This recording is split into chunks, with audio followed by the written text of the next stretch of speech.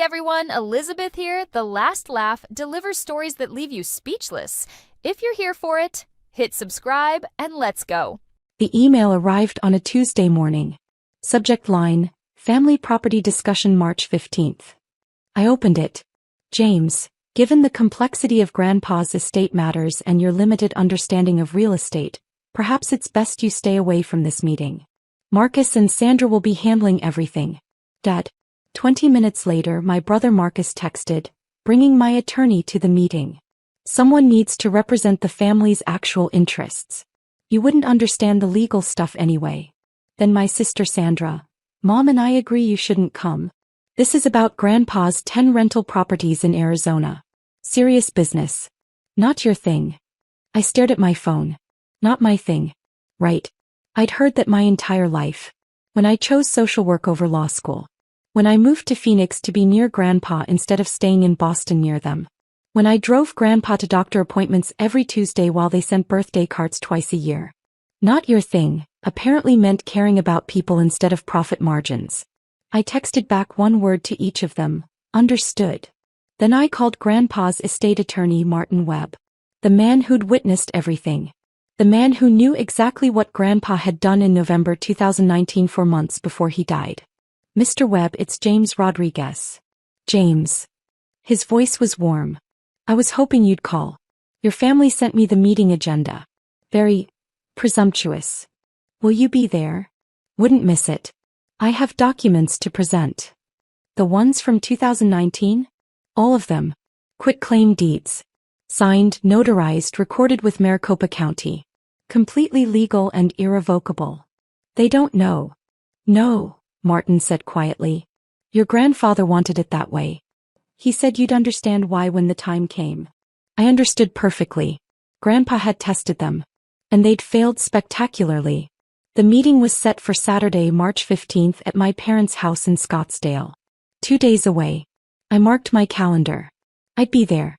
Marcus and Sandra had always been the golden children. Marcus graduated top of his class from Harvard Law. Partnership at Morrison & Associates by 32.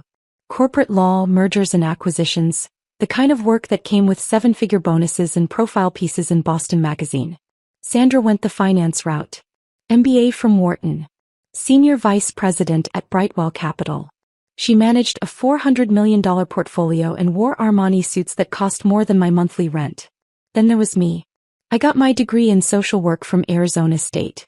I worked for Child Protective Services making $52,000 a year. I drove a 2015 Honda Civic. I lived in a modest apartment in Tempe. At family gatherings, the contrast was always painfully clear. Marcus just closed a $200 million acquisition, Mom would announce proudly. Sandra's firm was featured in Forbes, Dad would add. Then they'd turn to me. And James, still doing that social work thing? That social work thing. As if helping kids in crisis was a hobby I'd grow out of. But Grandpa never saw it that way. Roberto Rodriguez had built his real estate portfolio from nothing. He'd immigrated from Mexico in 1973 with $400 in his pocket. Worked construction. Saved every penny. Bought his first rental property in 1981. A small duplex in Phoenix. By 2019 he owned 10 properties across Arizona. Not mansions or luxury condos. Affordable housing. Duplexes, fourplexes, small apartment buildings. Places where working families could live with dignity. The people who made me successful, he told me once, weren't rich investors. They were families working 2 jobs trying to give their kids better lives. I never forget that. Grandpa and I had been close. Every Tuesday I'd drive him to his cardiologist appointments. We'd stop for lunch at his favorite taqueria. He'd tell me stories about building his business, about the families in his properties, about what mattered. Marcus and Sandra visited twice a year. Christmas and Grandpa's birthday. They'd stay for 2 hours, talk about their careers, then leave. In November 2019, Grandpa's heart condition worsened. The doctors gave him 6 months, maybe less. That's when he called Martin Webb. I was there in the hospital room when Grandpa made his decision. James, he said, I'm transferring all 10 properties to you. I'd started to protest. Grandpa, that's not.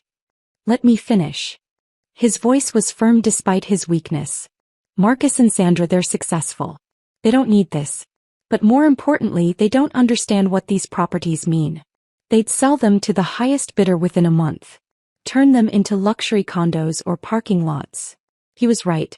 I'd heard Marcus say exactly that at Thanksgiving 3 weeks earlier. Those old buildings are sitting on valuable land. Grandpa should cash out. You understand, Grandpa continued. These aren't just investments. They're homes. The Lopez family has lived in Unit 4 of the Glendale property for 18 years. The Chens in Tempe, their daughter just graduated high school. You keep fair rents. You treat people with respect. That's worth more than money. Martin Webb had brought the paperwork to the hospital. Quit-claim deeds for all 10 properties. Grandpa signed each one, transferring full ownership to me. Then he made one request. Don't tell them yet. I want to see if they visit more now that I'm dying. I want to see if they ask about the families in these buildings or just about the property values. So I stayed quiet. Grandpa died in March 2020. Exactly 4 months after signing those deeds. Marcus came to the funeral in a $5,000 suit. Sandra wore designer black and checked her phone during the service. They stayed one day then flew back to their important lives. For 3 years I managed the properties quietly. I kept Grandpa's approach. Fair rents, prompt maintenance, treating tenants like family. The buildings generated about $18,000 per month in total rental income. After expenses, that was roughly $12,000 monthly profit, $144,000 per year. I kept working at CPS. I loved my job. But the rental income gave me freedom. I could afford to take cases other social workers couldn't, spend more time with families in crisis, not worry about overtime. Marcus and Sandra assumed I was still struggling financially. At Christmas 2022, Sandra had generously offered to pay for my dinner. Social work can't pay much, she'd said with practiced sympathy. I'd thanked her politely. Meanwhile, they'd been asking Mom and Dad about Grandpa's properties for 3 years. When would the estate be settled? Who was managing the buildings? What were they worth? Mom and Dad honestly didn't know. Grandpa had kept his business private. They assumed his will would address everything.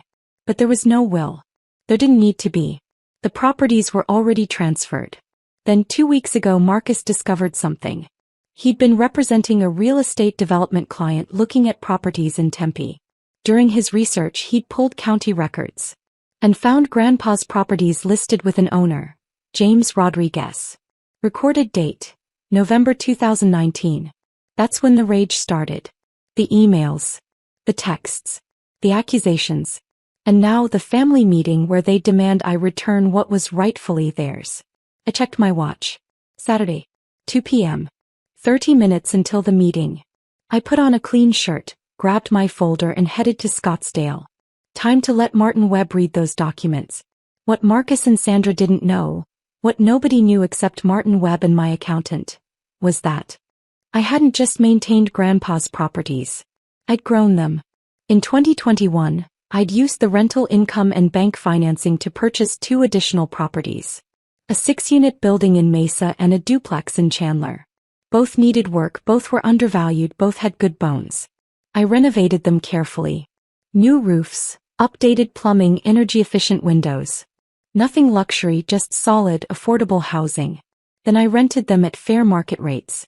By 2023 I owned 12 properties total. The monthly rental income had grown to $28,000. Annual profit, approximately $240,000. I still worked at CPS. Still drove my Honda Civic. Still lived in my modest apartment. But I'd built something. Something that mattered. The Lopez family in Glendale? When their son needed help with college applications, I'd connected them with scholarship resources. When the Chen's business struggled during COVID, I'd frozen their rent for 3 months. This wasn't just about collecting money. This was about what Grandpa had taught me, that real wealth means helping people build stable lives. Marcus and Sandra would never understand that. To them, these properties represented millions in potential sale value. The Tempe property alone sat on land now worth $1.8 million. The Phoenix buildings could probably sell for $900,000 each. Total portfolio value, approximately $11.2 million. But that required selling. Displacing families. Ending the legacy Grandpa had built over 40 years. I had no intention of selling. I also had no intention of explaining myself to Marcus and Sandra. The deeds were legal. The transfers were complete. Martin Webb had ensured every document was bulletproof. But I knew what was coming today. Marcus would argue that Grandpa wasn't in his right mind in November 2019. That I'd manipulated a dying man. That the transfers should be voided and the properties distributed fairly among all 3 grandchildren. Sandra would bring her financial expertise, probably with spreadsheets showing how much more effectively she could optimize the portfolio. Mom and Dad would likely side with them. They always had. What none of them knew was that I'd spent the last month documenting everything. Martin Webb had helped me compile a complete record. The original quitclaim deeds properly signed and recorded. Medical records showing Grandpa was fully competent in November 2019. Witness statements from his doctors confirming his mental clarity.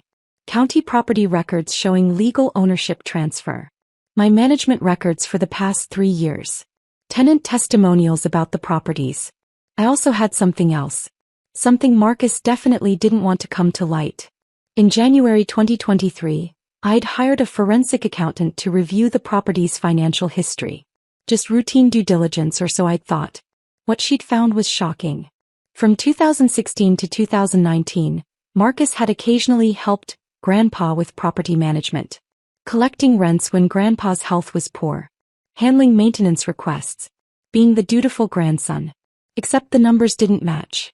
Over those 3 years, approximately $73,000 in rental income had never been deposited into Grandpa's accounts. Maintenance receipts had been inflated. Emergency repairs had been billed that never actually occurred. Marcus had been skimming. Not a huge amount, just $1,500 here, $2,000 there. Enough that Grandpa, who was getting sicker and more confused about details, never noticed. But it was documented. Bank records. Deposit slips. Tenant payment records that didn't match what Marcus had reported. It was embezzlement. I had that file in my folder. I hoped I wouldn't need it. I hoped Marcus would accept Martin Webb's presentation of the legal documents and walk away. But if he threatened legal action or claimed I'd manipulated Grandpa, I had evidence that would destroy his legal career. I pulled into my parents' driveway at 1:58 p.m. Marcus's black Mercedes was already there. So was Sandra's white Tesla. Through the window I could see them in the dining room. Marcus had papers spread across the table. Sandra was on her laptop. Mom and Dad sat at the head of the table looking serious. A man in a gray suit, probably Marcus's attorney, sat beside him. They were ready for battle. I grabbed my folder and walked to the door. I knocked. Dad opened the door. His expression was cold. "James, we weren't sure you'd come. You invited me." "Did I?" He stepped aside without warmth. I walked into the dining room. Marcus looked up from his papers. "Well, the guest of honor." "Marcus." Sandra didn't even look up from her laptop. "We've been waiting." I sat down at the empty chair. Mom poured herself wine without offering me any. The man in the gray suit extended his hand. "Thomas Brennan. I'm representing the Rodriguez family interests in this matter." "James Rodriguez," I said, shaking his hand. "I am the Rodriguez family." Marcus smiled thinly. "That's actually what we're here to discuss." He slid a document across the table. I recognized it immediately. A copy of the quitclaim deed from November 2019. The one transferring the Tempe property to my name. "This," Marcus said, "is fraudulent." I said nothing. "Grandpa was dying," Sandra added, finally looking at me. "He wasn't in his right mind. You took advantage." "I was his attorney for 15 years, Thomas Brennan interjected. "I've reviewed these transfers. Mr. Rodriguez had advanced heart disease in November 2019. He was on multiple medications. His judgment was clearly impaired." "Actually," a voice said from the doorway, "his judgment was completely sound." Everyone turned. Martin Webb stood in the entrance, briefcase in hand. He was 74, silver-haired, with the calm authority of someone who'd practiced law for 5 decades. "Who are you?" Marcus demanded. "Martin Webb. I was Roberto Rodriguez's estate attorney. And the attorney who drafted, witnessed, and recorded those quitclaim deeds you're calling fraudulent." The room went silent. Martin walked to the table and set down his briefcase. I'm glad you called this meeting. Saves me the trouble of scheduling one. This is a private family discussion, Thomas Brennan said stiffly. No, Martin replied, pulling out a chair. This is a property matter involving legal documents I prepared. I have every right to be here. And considering you're questioning my professional work, I have an obligation to be here. He sat down and opened his briefcase. Let's establish the facts. On November 18, 2019, Roberto Rodriguez met with me at Phoenix General Hospital. Present were myself, Mr. Rodriguez, James Rodriguez, and 2 nurses who served as witnesses. He pulled out a document. This is the medical clearance from Dr. Patricia Hoffman, Mr. Rodriguez's cardiologist. She examined him that morning and certified he was of sound mind and fully capable of making legal decisions. He slid it toward Thomas Brennan, who reluctantly took it. Mr. Rodriguez told me he wanted to transfer his 10 rental properties to his grandson James. He was explicit about his reasoning. He trusted James to maintain the properties as affordable housing and to treat the tenants with respect. That's convenient, Marcus said. You're saying a dying man just gave away millions in assets. I'm saying a competent adult made a deliberate choice about his property. Martin's voice was steel. He also told me why he didn't want you or Sandra to inherit them. Sandra's head snapped up. Excuse me. Martin pulled out another document. This is a letter Mr. Rodriguez wrote and asked me to keep sealed unless this exact situation occurred. He predicted you would contest the transfers. He opened it and read, If my grandson Marcus or granddaughter Sandra claim I wasn't in my right mind, tell them this. I knew exactly what I was doing. I gave these properties to James because he's the only one who understands they're not just investments. They're people's homes. Marcus would sell them within a month. Sandra would raise rents until families couldn't afford to stay. I watched them both my whole life. They're successful but they're not kind. James is both. Mom's wine glass shook slightly. Dad stared at the table. Marcus's face had gone red. You can't just. There's more, Martin continued. The deeds were recorded with Maricopa County on November 20, 2019. That's over 4 months before Mr. Rodriguez passed away. They're legally binding and irrevocable. He spread out 10 documents, all the quitclaim deeds, all properly signed, notarized, and recorded. James Rodriguez is the legal owner of all 10 properties. Has been since November 2019. There is no estate to settle regarding these properties. They weren't part of the probate because they'd already been transferred. Thomas Brennan was reading through the documents. His expression said everything. These were airtight. However, Martin said, and his tone shifted, there is one estate matter we need to discuss. He pulled out another file. During my review of the property finances, I discovered some irregularities. From 2016 to 2019, Marcus Rodriguez occasionally handled rent collection and property management for his grandfather. Marcus's face went from red to pale. During those 3 years, approximately $73,000 in documented rental payments never made it into Mr. Rodriguez's accounts. Additionally, inflated maintenance bills and phantom repair charges total another $12,000. Martin opened the file and began reading specific entries. March 2017, tenant Carlos Mendoza paid $1,200 rent in cash. Marcus provided a receipt. The money was never deposited. July 2017, emergency roof repair, billed at $4,500. No permit was ever pulled, no contractor can be located. December 2018. Stop. Marcus's voice was barely above a whisper. I have bank records, tenant payment logs, deposit slips. Or rather, the absence of deposit slips. Martin looked directly at Marcus. This is embezzlement. From your dying grandfather. Sandra was staring at her brother. Marcus, what did you? I was helping manage the properties. Marcus's voice rose. The old man was confused. He didn't know what. He knew exactly what was happening, I said quietly. It was the first time I'd spoken since Martin arrived. In January 2019 he mentioned to me that the numbers seemed off.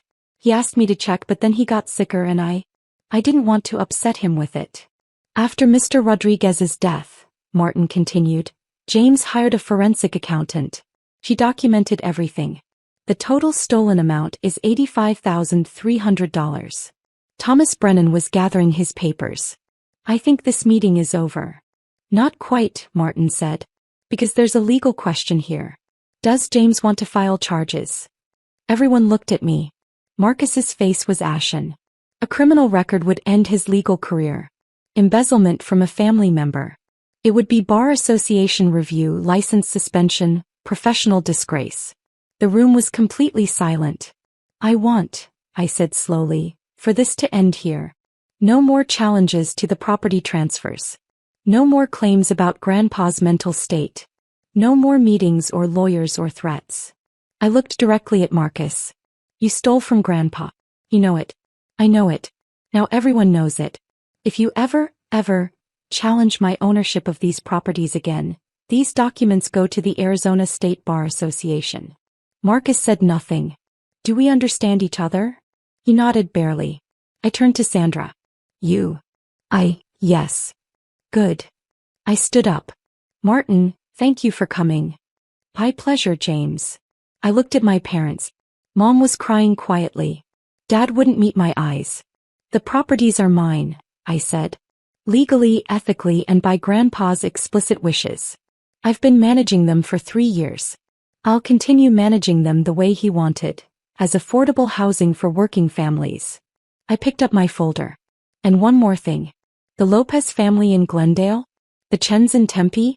The Johnsons, the Nguyen's, the Williams family, they all sent cards when Grandpa died.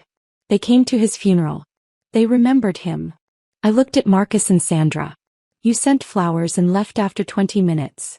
I walked to the door. Don't contact me again unless it's to apologize. I left. The silence in my Honda as I drove away was deafening. My phone started buzzing immediately. I ignored it. By the time I got home, I had 17 missed calls. 8 from Mom. 5 from Dad. 4 from Sandra. None from Marcus. I sat in my apartment and finally exhaled. It was over. 3 years of waiting for this confrontation. 3 years of knowing it was coming.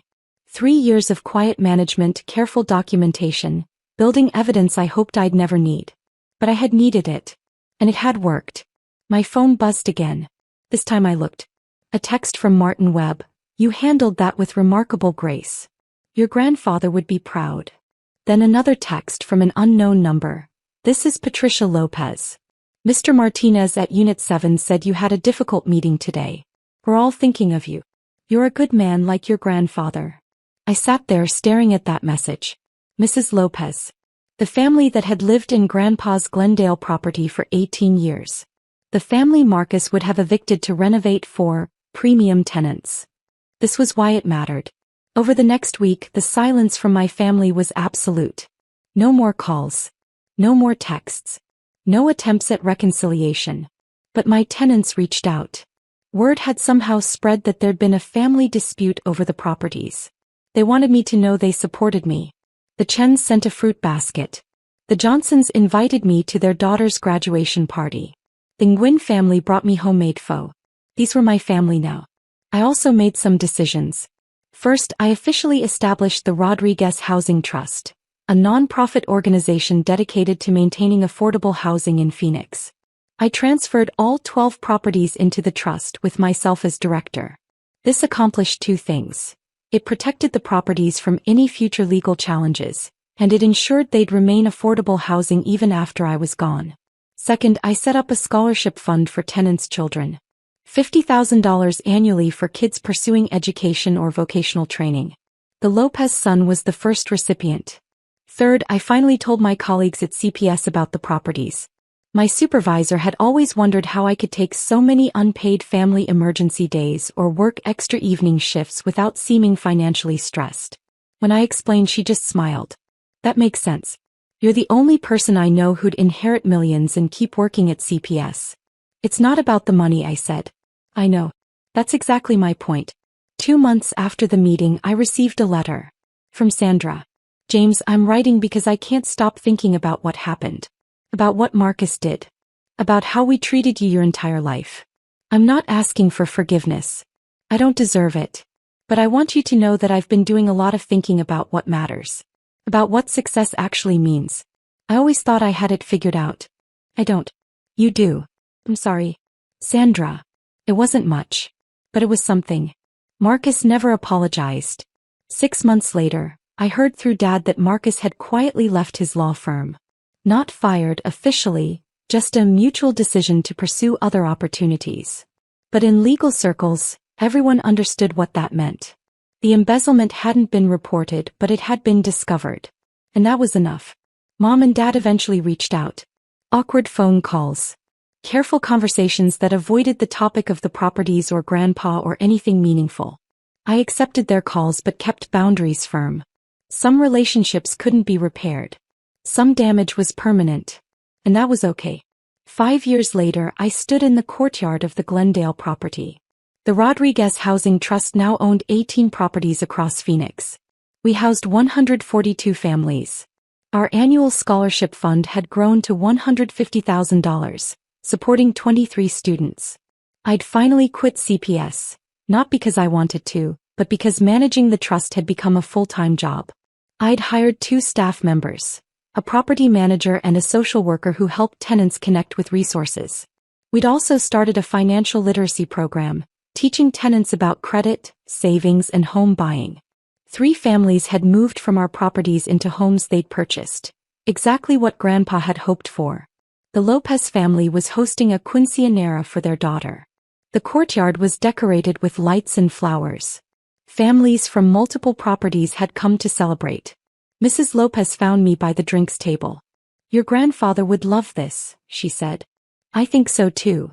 You know what he told me once? He said the best investment isn't the one that makes the most money. It's the one that changes the most lives." I smiled. That sounds like him. He said you were the only one who understood that. The party continued around us. Kids playing, families laughing, music drifting through the warm Arizona evening. This was wealth. Real wealth.